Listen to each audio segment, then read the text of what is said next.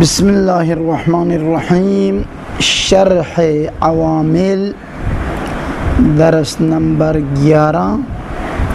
النوع الرابع حروف تنصب الاسم فقط وهي 7 احرف. چوتھی قسم وہ حروف ہیں جو صرف اسم کو نصب دیتے ہیں، ایک اسم کو فقط، اور وہ 7 حروف ہے. الواو بمعنی مع، پہلا حرف واو ہے جو مع کا معنی دیتا ہے،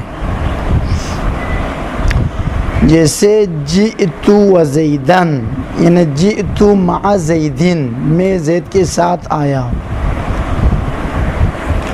تو ترکیب اس دن بتا دی اس کا. وَإِنْ أُكِّدَ بِضَمِيرٍ منفصلین، یا وَإِنْ أَكَّدْتَ بھی پڑھ سکتے ہیں. اگر آپ تاکید کرو گے، وَإِنْ أَكَّدْتَ، اگر آپ تاکید کرو گے کس کو؟ اس ضمیر متصل کو، بضمیر منفصل، ضمیر منفصل کے ذریعے سے، تو جاز الرفع والنصب، یعنی جائز ہے واو کے بعد والے اسم کو عطف کر کے رفع دینا بھی، اور بمعنی مع قرار دے کر نصب دینا بھی. تو اس وقت آپ کی نیت پر موقوف ہے، آپ کس نیت سے اس واو کو پڑھ رہے ہیں. مع کے معنی دینے والے واو کی نیت سے پڑھ رہے ہیں تو وزیدن پڑھو، اور کا معنی دینے والے واو کی نیت سے پڑھ رہے ہیں تو وزیدن پڑھو. بس وہ متکلم بات کرنے والے کی نیت پر موقوف ہے. جاز الرفع والنصب، تو واو کے بعد والے اسم کو رفع دے کر پڑھنا بھی جائز ہے، عاطفہ قرار دے کر، واو اور کا معنی دے گا. والنصب، اور نصب دے کر مفعول مع قرار دے کر نصب پڑھنا بھی جائز ہے، واو کو بمعنی مع قرار دے کر. کب؟ جب ضمیر متصل کے لیے منفصل کی تاکید لائے تو، ورنہ نہیں، ورنہ فقط مع. تاکید لائے تو آپ کی مرضی ہے، دل چاہے مع کا معنی میں لے لو، دل چاہے اور کے معنی میں لے لو. نحو جئت انا، تو کے لیے تاکید کیا ہے؟ آقا انا ہے.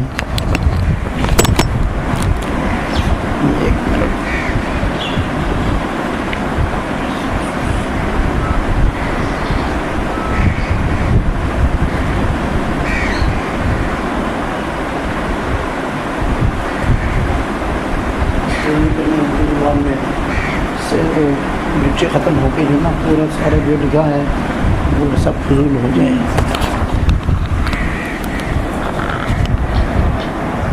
خوب،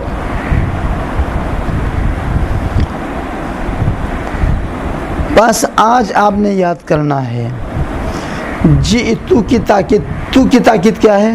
انا. نا کی تاکید کیا ہے؟ نحنو. اب شروع سے گردان کروا گئے شہزاد.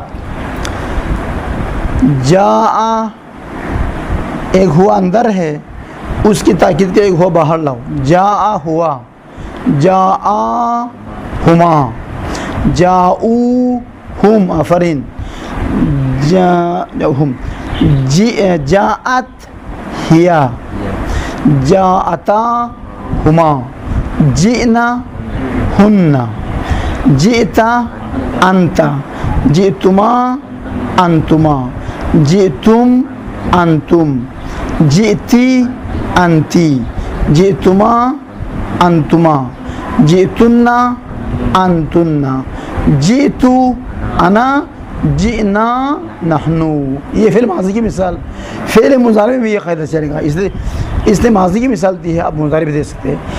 یضرب ہوا، یضربانی ہما، یضربون ہم، تضرب ہیا، تضربانی ہما، یضربنا ہن، تضرب انتا، تضربانی انتما، تضربون انتم، تضربین انتی، تضربان انتما تضربون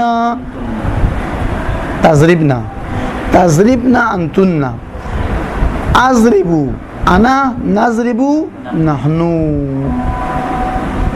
جہاد کے لیے بھی یہی تاکید لانا ہے بس، ہو بہو مضارع کے لیے بھی یہی، ماضی کے لیے بھی یہی. بس اگر کوئی کہے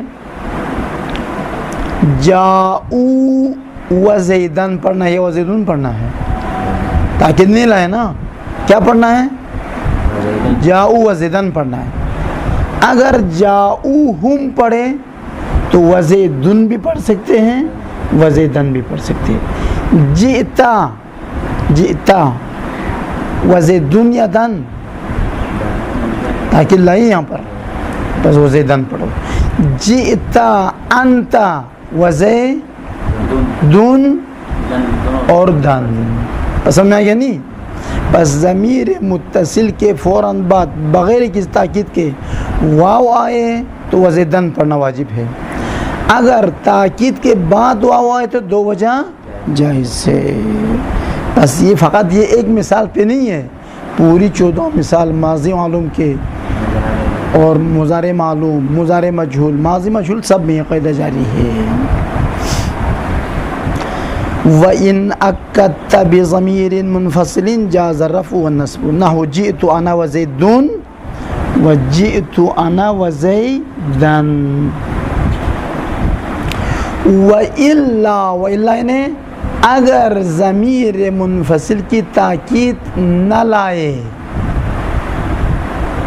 تو تعین النصب، تو واو کے بعد اسم کو نصب دینا معین ہے، نصب دینا لازم ہے، کوئی دوسرا راستہ نہیں ہے. کما مر جیسے کہ اوپر جئت وزیدن، یہاں پر چونکہ انا کی تاکید نہیں لایا ہے اس لیے وزیدن پڑھنا جائز نہیں ہے. یہ ختم ہو گیا.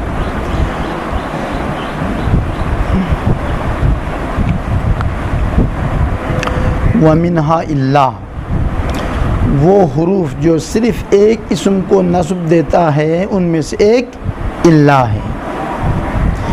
الا آتے کس کے لیے؟ للاستثناء کے لیے. استثناء کا معنی حرف جر کے آخر میں حاشا علی خدا کے بیس میں آپ پڑھ چکے، وہی معنی ہے استثناء، یعنی ما قبل سے ما بعد کو نکال دینا. جس ما قبل میں یہ نکالا ہوا اسم بھی شامل تھا اس کا غیر بھی شامل تھا. ابھی آپ نے الا لا کر، حاشا لا کر، ادا لا کر، لیسا لا کر، لا یکون لا کر نکال دیا. ابھی یہاں پر الا کی مثال دے رہے ہیں چونکہ ہماری بیس حرف کے بارے میں ہے تو یہ. وَمِنْهَا إِلَّا لِلْإِسْتِثْنَاءِ، استثناء کبھی کلام مثبت میں ہوتا ہے، کبھی کلام غیر مثبت میں ہوتا ہے. کلام مثبت وہ کلام ہے جس کے شروع میں نفی، نہی، استفہام یہ تین نہ ہو. نفی، نہی، استفہام. پس اللہ سے پہلے والے کلام میں نفی بھی نہ ہو، نہی بھی نہ ہو، استفہام بھی نہ ہو، اس کو کلام موجب کہا جاتا ہے. اگر ان تین میں سے کوئی ایک ہو تو کلام غیر موجب کہا جاتا ہے. یہ یاد رکھو.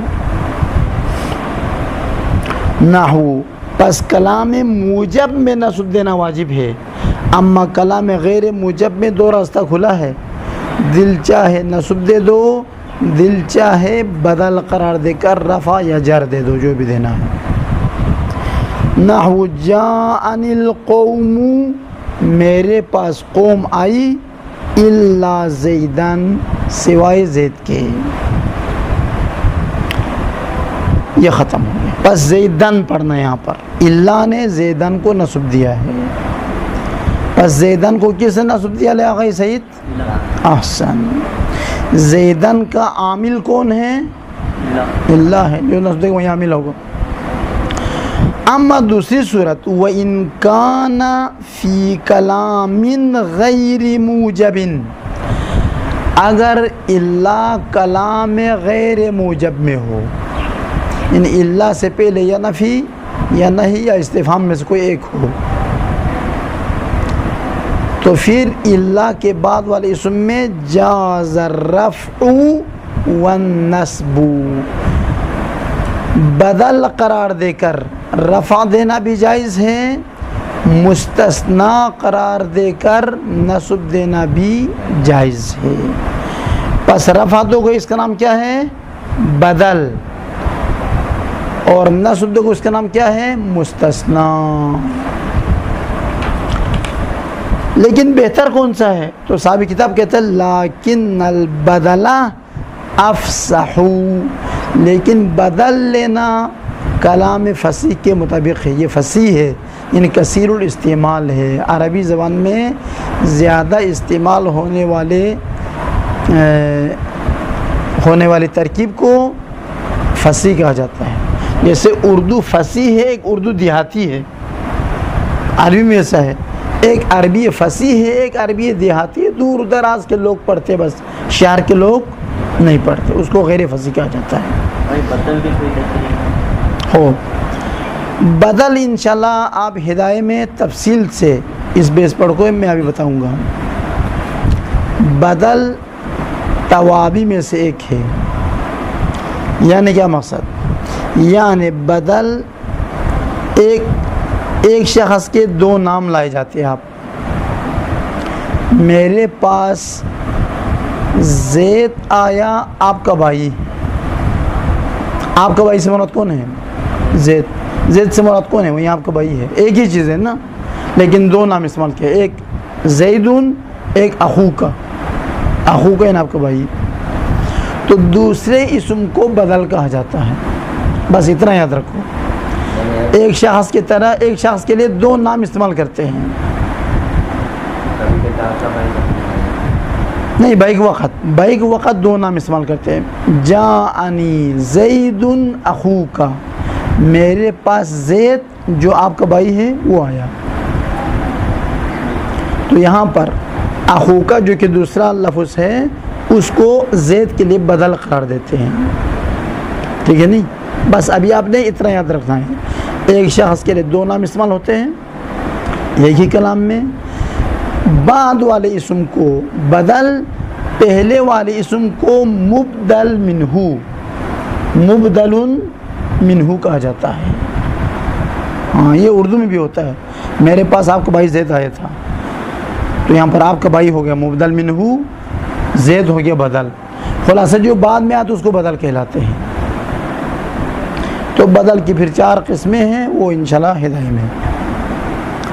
لیکن البدلا، لیکن اللہ کے بعد والے کو اللہ سے پہلے والے اسم کے لیے بدل لینا افصح، یہ زیادہ فصیح ہے۔ اب دیکھو یہاں پر بدل بعض، چلو یہ چونکہ یہ آیت بھی بدل بعض کی مثال ہے اس لیے میں بدل بعض کو سمجھاتا ہوں۔ پھر بدل کی چار قسمیں ہیں، ان میں سے ایک بدل کل من الکل ہے، کل من الکل اسے کہا جاتا ہے، دوسرے لفظ کا معنی پورے کا پورا پہلے لفظ کا معنی ہے، نہ ایک ذرہ کم نہ ایک ذرہ زیادہ۔ جیسے آپ کا بھائی اور زید میں کوئی فرق ہے؟ زید بھی پورا جسم پہ دلالت کرتا ہے، آپ کا بھائی بھی پورے جسم پہ دلالت کرتا ہے۔ کبھی ہوتا ہے بعد والا پہلے والے کے کچھ حصے پر دلالت کرتا ہے، اس کو کہا جاتا ہے بدل بعض، یعنی بعض کا بدل ہے، یہ کل کا بدل نہیں ہے۔ جیسے ضربت زیدن رأسہ، میں نے زید کو مارا، یعنی اس کے سر پہ مارا، تو سر تو کل بدن تو نہیں ہے، بدن کا کچھ حصہ ہے۔ بس یہاں پر رأسہ زید کے لیے آگئے ثقلین، ذوالقرنین دوبارہ بتا رہا تھا، تو آگئے ثقلین، زید کے لیے کیا ہے؟ کچھ حصہ ہے، زید کا کچھ حصہ۔ قوم میں ہوتے 100 نفر فرض کریں، تو ساری قوم تو آپ کے پاس نہیں آئی ہے، کچھ آ گئے ہیں۔ آپ کہتے ہیں جاءنی القوم اکثرہم، میرے پاس قوم کے اکثر لوگ آ گئے، یہ اکثرہم کل قوم ہے، کل قوم تو 100 ہے، ابھی آپ کے پاس آ گئے 80، اکثر آ گئے، یعنی 20% نہیں آئے، 80% آ گئے، تو یہ 80% بھی اس کا کچھ حصہ ہے نا، پورا تو نہیں ہے، اس کو بدل بعض کہا جاتا ہے۔ ساری آئے تو یہ بدل کل، آفرین، ساری آئے تو بدل کل، اما کچھ لوگ آ گئے، حالانکہ کچھ ممکن ہے زیادہ ہو، ممکن ہے کم ہو، ممکن ہے آدھا آدھا ہو، ان تینوں صورتوں میں بدل بعض کا جاتا ہے۔ اب اس آیت میں بدل بعض کی مثالیں،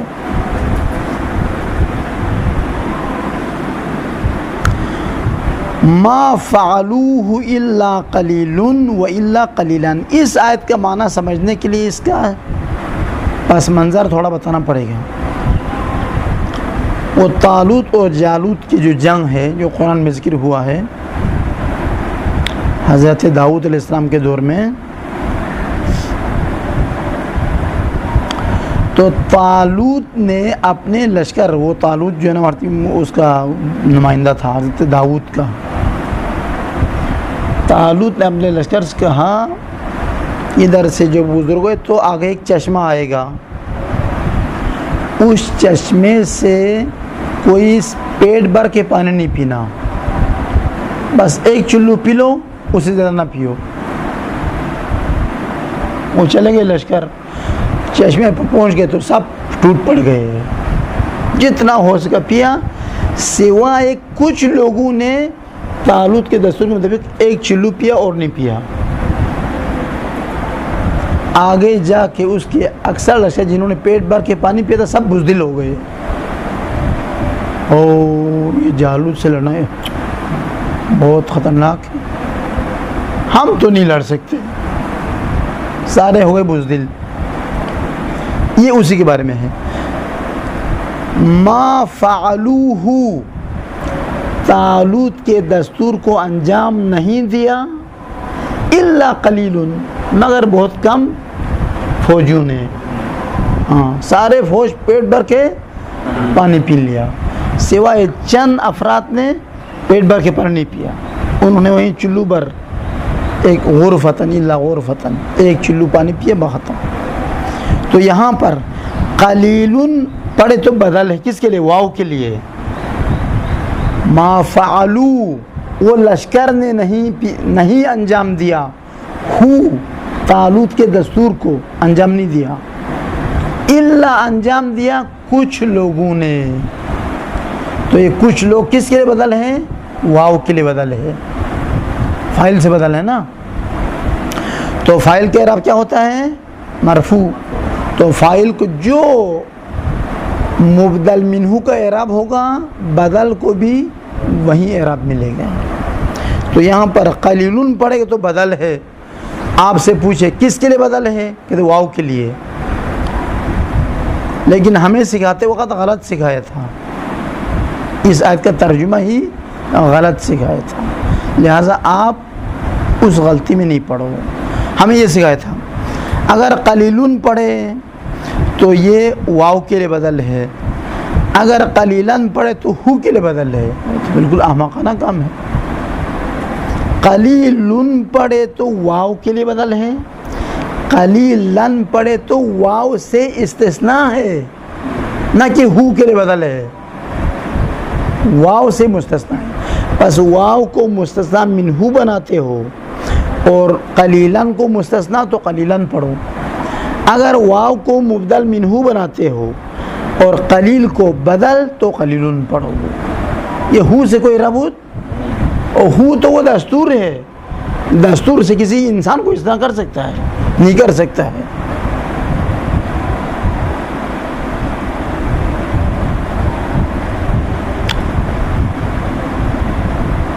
خوب، وَمِنْهَا، شاید مثال سمجھ میں کیا اس آیت کا؟ آسان، وَمِنْهَا یا، جیسے یا عبداللہ، وَآیا، جیسے آیا عبداللہ، سب کا اردو ترجمہ ہے اے عبداللہ، ارے عبداللہ، یہ وَحَيَا نحو حَيَا عبداللہ، وَأَيْ نحو اے عبداللہ، وَالْحَمْزَةُ الْمَفْتُوحَةُ نحو عبداللہ، عبداللہ، ان سب نے عبداللہ کو نصب دیا ہے، پورے 5 حروف نے عبداللہ کو نصب دیا ہے۔ خوب، منادا ان حروف کے بعد میں آنے والے اسم کو اصطلاح میں کیا کہا جاتا ہے؟ منادا۔ پکارنے والے کو منادی، ان حروف کو حروف ندا۔ پس پکارنے والا منادی، جس کو پکارا گیا ہے منادا، اور جس حرف کے ذریعے پکارا گیا ہے حروف ندا۔ تو کہتے ہیں حروف ندا کس منادا کو نصب دے سکتے ہیں؟ 3 قسم کے منادا کو نصب دے سکتے ہیں۔ نمبر 1، وہ منادا مضاف ہو، جیسے عبد مضاف ہے، اللہ مضاف الیہ ہے۔ رسول اللہ، یا رسول اللہ پڑھے، یا رسول اللہ پڑھے، یا رسول اللہ، رسول مضاف ہے، اللہ مضاف الیہ ہے۔ بس نمبر 1 مضاف ہو۔ نمبر 2 شبہ مضاف ہو۔ شبہ مضاف سے مراد کیا ہے؟ شبہ مضاف سے مراد یہ ہے کہ ہر وہ اسم جو اپنے ماں باپ کو رفع دے، یا اپنے ماں باپ کو نصب دے، یا اپنے ماں باپ موجود حرف جر یا ظرف کا خود کیا بنے؟ متعلق بنے، ان بعد والا حرف جر کا متعلق یہ خود بنے، اس کو شبہ مضاف۔ تو شبہ مضاف کو بھی نصب دے گا۔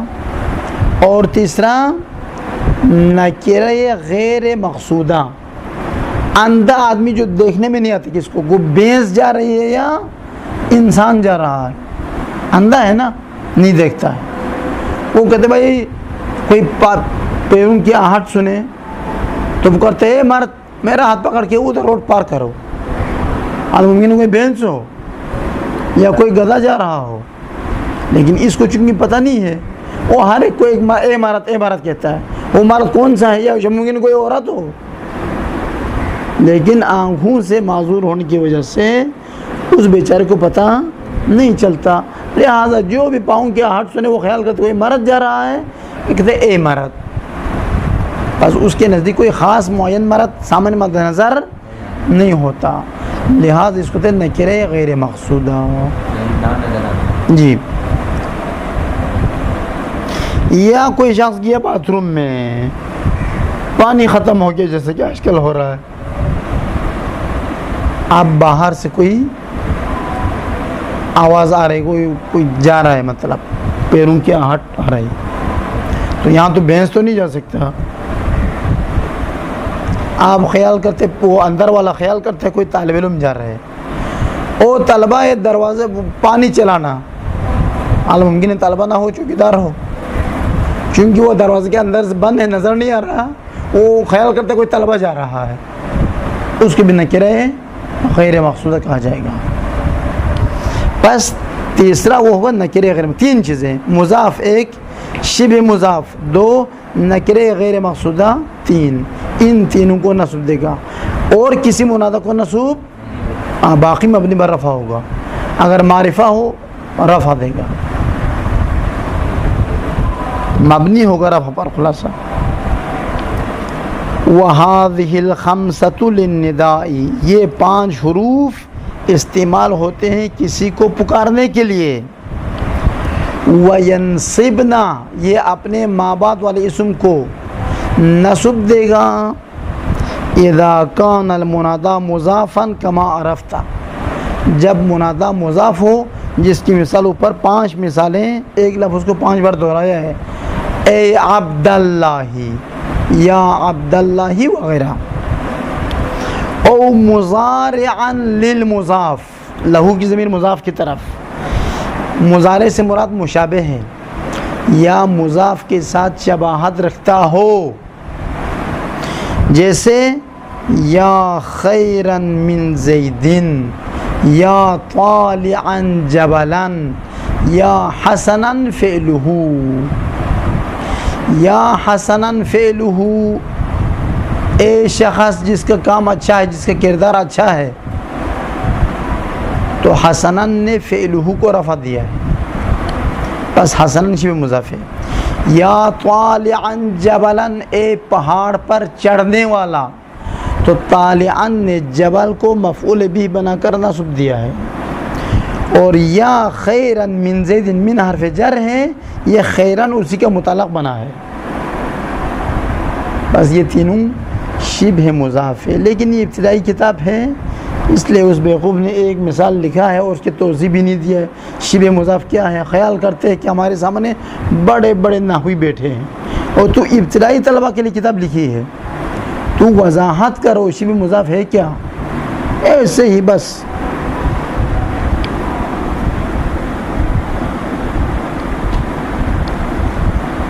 یہ دو ہو گیا۔ او غیر معین، یا ایک غیر نکرے غیر معین، جس کو نکرے غیر مقصودہ بھی کہا جاتا ہے، بس نکرے غیر معین کو نکرے غیر مقصودہ بھی کہا جاتا ہے۔ مچھر ابھی دن کو بھی نہیں چھوڑ رہے۔ کا قول الاعمى، جیسے اندھے کا قول، یا رجلن خذ بیدی، اے مرد میرے ہاتھ کو پکڑ لو یعنی پکڑ کے روڈ کے اس پر لے جاؤ، یا پکڑ کے فلان جگہ لے جاؤ، لہذا کوئی نہ کوئی ضرورت ہو تو پکڑے گا، ایسے تو وہ بیوقوف تو نہیں کہ خواہ جو بھی آواز سنے پکارے۔ تو چونکہ اندھا شخص سامنے کوئی شخص نظر نہیں آتا اس کو، تو جو بھی پاؤں کی چلنے کی آواز سنائی دے، آہٹ سنائی دے، خیال کرتے کوئی مرد جا رہا ہے یہاں سے۔ پھر کہتے ہیں یہ حروف ندا آپس میں فرق کیا رکھتے ہیں؟ بعید، قریب، متوسط کے لیے کون کون سے حروف استعمال ہوں گے؟ والفرق بینہا، بینہا کی ضمیر جاتے حروف ندا کی طرف، ان حروف ندا جو کہ 5 ہیں ان کے درمیان فرق۔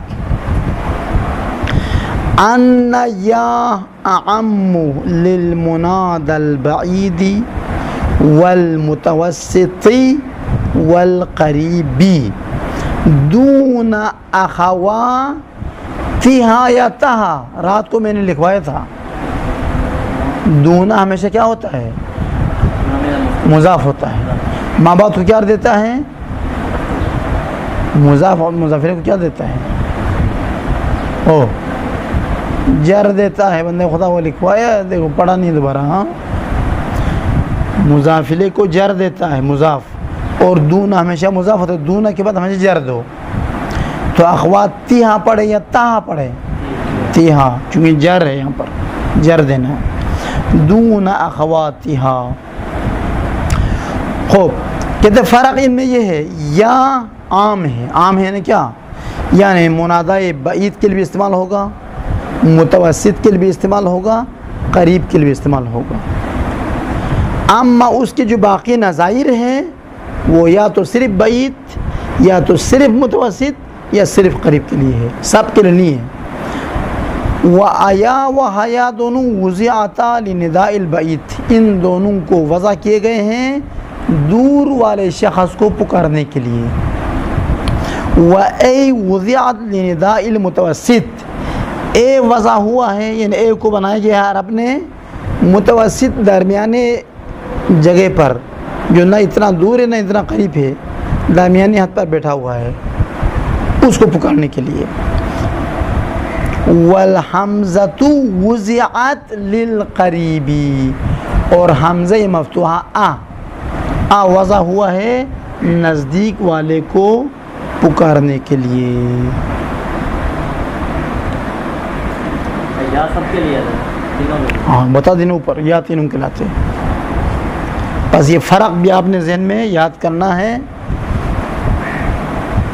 کہ ان دونوں کے درمیان فرق کیا ہے، ان 5 حروف کے آپس میں فرق کیا ہے، یہ یاد کرنا ہے۔ النوع الخامس کل شرح عوامل ہدایہ سیوطی سمدیہ سب میں جو مشکل بحث ہے نا وہی نوع خامس والی بحث ہے، ایک یہ بحث ہے، ایک عوامل میں وہ اسماء اعداد کی بحث ہے، باقی پانی پینے کی طرح ہے، اس لیے اس کو دقت سے پڑھو۔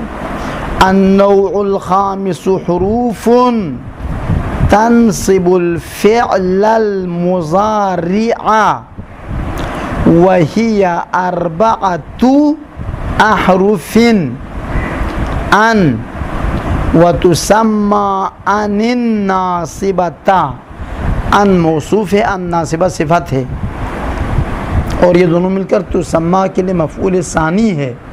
مفعول اول ضمیر ہیا ہے, وہ جاتی ہے ان کی طرف. وتسمّى ان الناصبة وتجعل المستقبل في تعویل المصدر وتختص, یختص غلط ہے, وتختص بزمان الاستقبال نحو اريد ان تقوم ای قیامک. یہ بھی بیوقوفانہ طریقے سے لکھا ہے. طلبہ کو سمجھانے کے لیے واضح کر کے لکھنا چاہیے, ہر ایک چیز کو بیان کرنا چاہیے. ان فعل مضارع پر داخل نہیں ہوگا, ہر فعل مضارع پر ان داخل نہیں ہوگا, ہر فعل مضارع کو ان نصب نہیں دے گا, بلکہ اس فعل مضارع پہ داخل ہوگا جو زمان آئندہ کا معنی دے رہا ہو. اس کو اشارے سے سمجھایا ہے. وَتَجْعَلُ الْمُسْتَقْبِلَ نہیں لکھا ہے کہ وَتَجْعَلُ الْمُضَارِعَ, بلکہ کہا تَجْعَلُ الْمُسْتَقْبِلَ, یعنی اس مضارع پہ داخل ہو کر اس کو مصدر میں تبدیل کرے گا جو زمانہ آئندہ کا معنی دے رہا. ورنہ اگر مطلق مضارع پہ داخل تو تَجْعَلُ الْمُضَارِعَ کہنا چاہیے تھا, تَجْعَلُ الْمُضَارِعَ نہیں کہا, تَجْعَلُ الْمُسْتَقْبِلَ کہا. یا پوچھو آج سینئر طلبہ سے المصطفیٰ اپنے دانشگاہ کے, دیکھتے یہ بتا سکتے ہیں یا نہیں بتا سکتے.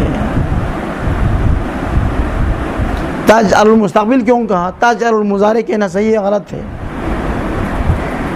یہ پوچھو, ٹھیک ہے. پھر شام کو مجھے بتا دینا کہ کیا کیا جواب آپ کو ملا ہے.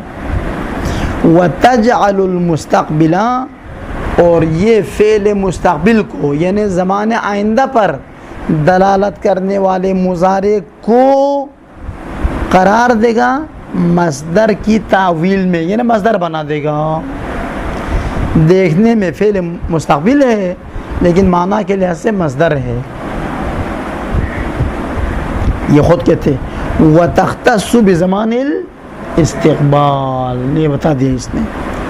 اور یہ ان مخصوص ہے زمان آئندہ پر, آئندہ کے ساتھ, یعنی اس مضارع کو نصب دے گا اور اس مضارع پہ داخل ہوگا جو زمانہ آئندہ کا معنی دے رہا. اما زمان حاضر کا معنی دے رہا ہے اس پہ ان داخل نہیں ہوگا. جی نہ, مستقبل فقط آئندہ, مضارع تو ان کے معنی دیتے ہیں.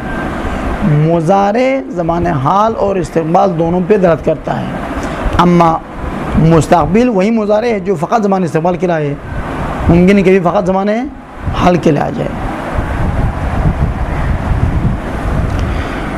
نحو اريد ان تقوم ای قیامک, قیامک, قیام مصدر, کاف مضاف الیہ ہے, یعنی میں چاہتا ہوں آپ اٹھیں, یعنی آپ کا اٹھنا میں چاہتا ہوں, یہ ہو جائے گا. میں چاہتا ہوں آپ اٹھے کا معنی کیا ہے, یعنی آپ کا اٹھ جانا, آپ کا کھڑے ہو جانا, یہ میں چاہتا ہوں. تو اريد فعل و فاعل ہے, ان تقوم تعویل مصدر ہو کر مفعول بھی ہے اريد کے لیے, ترکیب وہی ہے, دیکھو بتا دیا.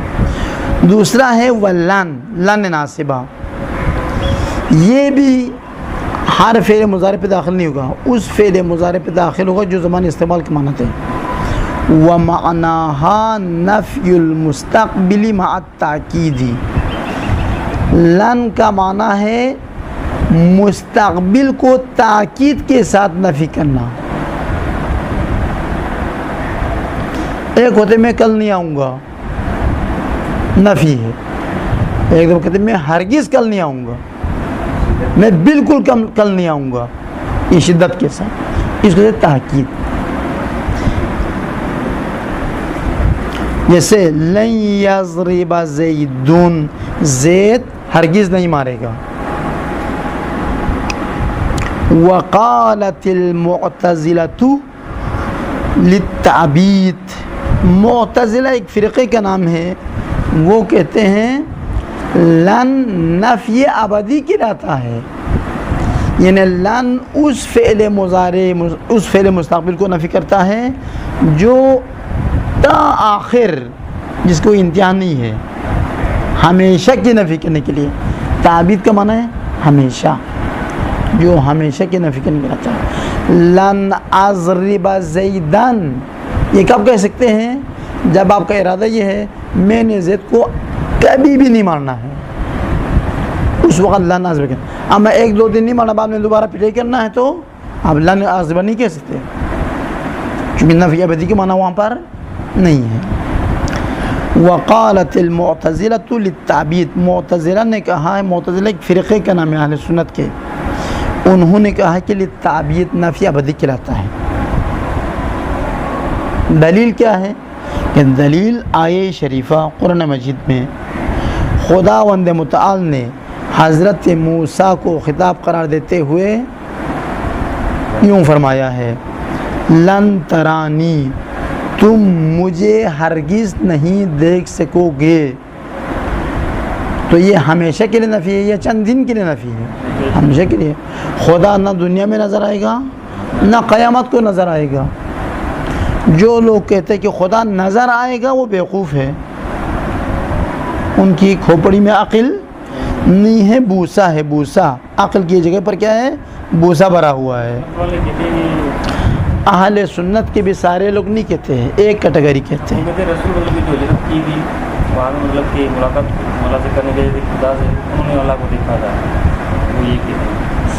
وہ بھی ایک کیٹیگری کہتا ہے، وہ یہ معتزلہ جو ہے نا، یہ بھی اہل سنت ہے، وہ نہیں کہتے کہ خدا نظر آئے گا۔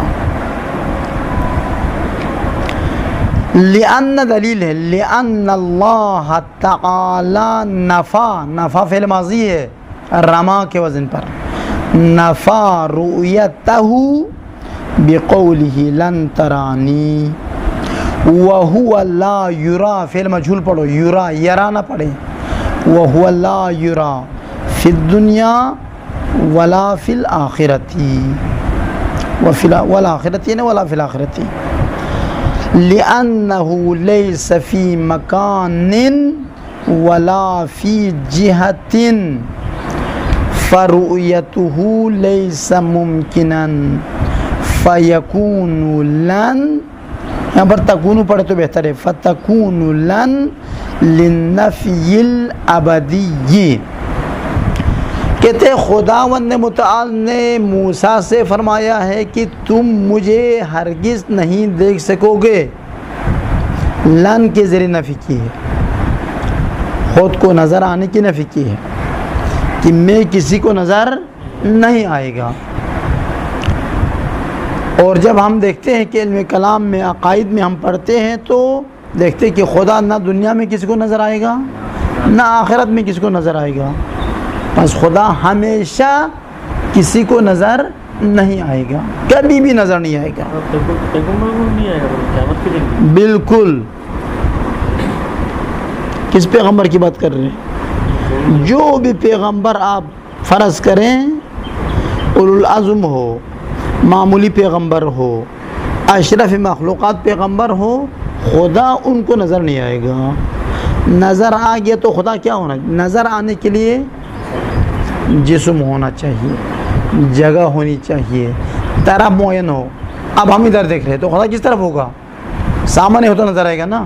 اگر خدا دائیں طرف ہو تو ہمیں سامنے نظر نہیں آئے گا، خدا بائیں طرف ہو تو ہمیں سامنے نظر نہیں آئے گا، تو بائیں طرف مڑنا پڑے گا۔ خدا نہ خدا جسم رکھتا ہے، بس جب جسم نہیں ہے خدا کے لیے کوئی جگہ مشخص نہیں ہے، بس مکان کے محتاج نہیں، وہ لا مکان ہے۔ خدا کو لا مکان کیوں کہتے ہیں؟ اس لیے کہتے ہیں کیونکہ مکان کی ضرورت ہی نہیں ہے۔ اور خدا کسی جہت میں بھی نہیں ہے، طرف میں نہیں کہتے خدا اوپر ہے، خدا دائیں طرف ہے، خدا بائیں طرف ہے، یہ نہیں کہہ سکتے، جہت میں نہیں ہے، کوئی طرف نہیں کہہ سکتے آپ خدا کو، کیونکہ طرف اور مکان جسم محتاج ہے، اور خدا کے لیے جسم نہیں ہے تو نہ خدا کے لیے مکان ہے نہ خدا کے لیے جہت یعنی طرف ہے۔ تو نظر آنے کے لیے کسی مکان پہ ہونا چاہیے اور کسی طرف میں ہونا چاہیے۔ خدا کسی طرح میں بھی نہیں ہے. اس کے لیے میں ایک عقلی مثال دیتا ہوں. اب خدا کے ساتھ کسی کو تشبیہ نہیں دے سکتے، لیکن سمجھنے کے لیے لامکان اور لاجہت، مفہوم ذہنی، البتہ یہ مفہوم ذہنی ہے. یہ جو علم ریاضی کے جو نتائج ہے وہ حقیقت ہے یا فضول ہے؟ 4 جمع 4 کتنے بنتے ہیں؟ 8 بنتے ہیں. کہاں پر 8 بنتے ہیں؟ کراچی میں یا لاہور میں؟ ہر جگہ. دائیں طرف یا بائیں طرف، نیچے یا اوپر؟ کوئی جگہ ہے 2 جمع 2 4 بننے، 4 جمع 4 8 بننے کے لیے کوئی جگہ معین ہے کہ لاہور میں جمع کرے تو 8 بنے گا، کراچی میں جمع کرے تو 6 بنے گا؟ یہ تو نہیں ہے. جس طرح سے مفاہیم کے کوئی زمان نہیں ہے، مکان نہیں ہے، لیکن خود ایک مفہوم حقیقت ہے. وہ تو علیحدہ چیز کیا ہے؟ حقیقت ہے یا غلط ہے؟ یہ تصورات ذہنی ہے، فقط حقیقت ہے نا. بس یہ حقیقت تو ہے، بس ایک واقعیت ہے، فراٹ نہیں ہے. نظر نہ آنے والی چیزیں، وہ نظر نہ، خدا بھی نظر نہیں آتے نا. اور جو نظر نہیں آتے ہیں خدا نظر آتے ہیں. تو اور چیز میں نے کب کہا خدا اسی عادت کی طرح ہے؟ میں سمجھنے کے لیے مثال دیا آپ کو. بس جس طریقے سے مفاہیم کے لیے کوئی زمان نہیں ہے، جہنم میں بھی جمع کریں 8 بنے گا، جنت الفردوس سے اعلیٰ میں جمع کرے تو بھی کیا بنے گا؟ 8. ایسا نہیں کہ 4 جمع 4 دنیا میں 8 بنتا ہے، قیامت کے دن 12 بنتا ہے، ایسا ہے؟ اور تو پھر تو خدا دنیا میں بھی نظر نہیں آئے گا، قیامت کو بھی دیکھنے کے لیے جسم چاہیے نہیں چاہیے؟ جنت میں جو لوگ جائیں گے ان کو کیا نظر آتا ہے؟ جسم یا غیر جسم؟ جسم ہی نظر آئے گا. خدا کے جسم ہے تو قیامت کیا نظر آئے گا؟ نظر آئے گا؟ نہیں آئے گا. کسی بھی پیغمبر کو نظر نہیں آئے گا خدا، کسی بھی امام کو بھی نظر نہیں آئے گا، اصلا کسی مخلوق کو نظر نہیں آئے گا. نظر آنے کے لیے جسم ہونا چاہیے. جسم ہونا ایک نقص ہے، ایپ ہے، ہم مجبور ہے جسم رکھتا ہے. جسم ہونا کوئی اچھی صفات نہیں ہے. اسے کہتے ہیں لیس کمثلہ شیء. جسم ہوگا تو جسم ہونے میں ہمارے جیسا ہو جائے گا، پھر لیس کمثلہ یا مثل ہی ہو جائے گا. پھر خدا کی مثل ہوگا نہیں ہوگا؟ اور جسم ہونے میں ہمارے جیسا ہو گیا نا، اور باقی کام میں چلو الگ ہو گیا. جب آپ نے کہا کہ خدا کے لیے جسم ہے، بس وہ ہمارے جیسے. کس میں؟ جسم ہونے میں تو ہم جیسا ہے. ایک تو وجہ ہو گئی نا. جبکہ خدا قرآن میں کیا فرماتا ہے؟ لیس کمثلہ شیء، یعنی کوئی بھی چیز خدا کے مانند نہیں ہے، نہ صفات میں، نہ ذات میں، نہ افعال میں، کسی بھی طریقے سے. یہ جو ہمارے قصائد جو ممبروں سے پڑھے جاتے ہیں اور ہم بھی خیال کرتے ہیں، واہ واہ کرتے ہیں، یہ آہستہ آہستہ لے جا کر کہیں اور پہنچا دے گا ہمیں. جو کچھ خداوند متعال جانتا ہے پیغمبر جانتے ہیں؟ ہاں، جو کچھ خداوند متعال جانتا ہے ائمہ تعینین جانتے ہیں؟ تو اشعار میں آپ کیا سنتے ہیں؟ ہاں، اس کو غور کرنا پڑے گا، توجہ دلانا پڑے گا. یہ شعراء کوئی بڑا عالم دین علم کلام کے ماہر نہیں ہوتے. یہ وہیں کچھ اردو کتابیں پڑھ کے نظم بناتے اور شعر بناتے ہیں، اور چونکہ وزن اور قافیہ اور وہ تمام چیزیں ہمارے احساسات کے مطابق لگتے ہیں تو ہم کہتے واہ واہ کیا فضائل تو نے شعر میں بیان کیا. اندر جب مرے گا تو کیا موچڑیں کھائے گا تو یہ تو پتہ نہیں ہے. خدا کو چھوٹا دکھا کے کوئی کسی کی فضیلت بیان نہیں کر سکتا ہے. خدا کے ساتھ کوئی برابر نہیں ہو سکتا. بس کوئی یہ نہیں کہہ سکتا خدا کے علم کے برابر ہمارے ائمہ جانتے ہیں. کوئی کہہ سکتا یا پیغمبر اکرم کا علم خدا کا علم بالکل ہو بہو سیم ہے؟ کہہ سکتا ہے؟ تو پھر کیوں اشعار میں ہم اس طرح سے باتیں کرتے ہیں؟ سوچنے کے موقع میں ابھی علم کلام کی درس نہیں ہو رہے، عوامل کی درس ہو رہے، ابھی اس کو سمجھ لو. خوب یہاں تو واضح ہو گیا نہیں؟ لِأَنَّ اللَّهَ تَعَالَى نَفَى رُؤْيَتَهُ، خداوند متعال نے خود کو دوسروں کے آنکھوں میں نظر آنے کی نفی کی ہے. بِقَوْلِهِ لَن تَرَانِي کہہ کر، لن ترانی موسیٰ سے خطاب کر کے تو مجھے نہیں دیکھو گے.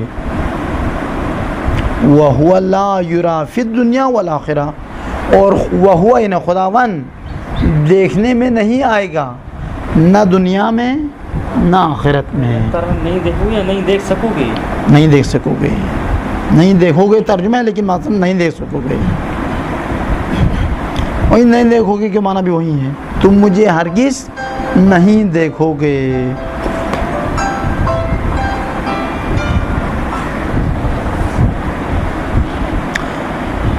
کیوں؟ دیکھنے کے لیے جسم ہونا چاہیے، جسم کے لیے مکان اور جہت ضروری ہے.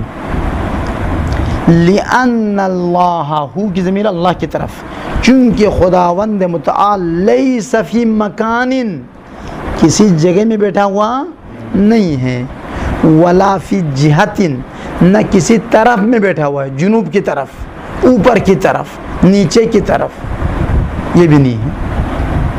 خوب جب مکان میں ہے نہ وہ جہت میں ہے تو دیکھنے کے لیے مکان میں ہونا چاہیے اور کسی طرف میں ہونا چاہیے. خدا کے لیے مکان بھی نہیں ہے، طرف بھی نہیں ہے.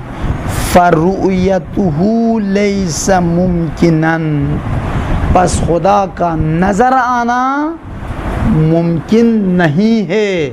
لیسا ممکن نہیں ہے.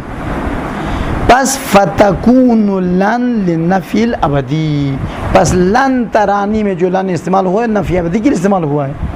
بس اس سے پتہ چلا کہ لن نفی ابدی کے لیے استعمال ہوتا ہے. کافی ہے، چائے نہیں ہے؟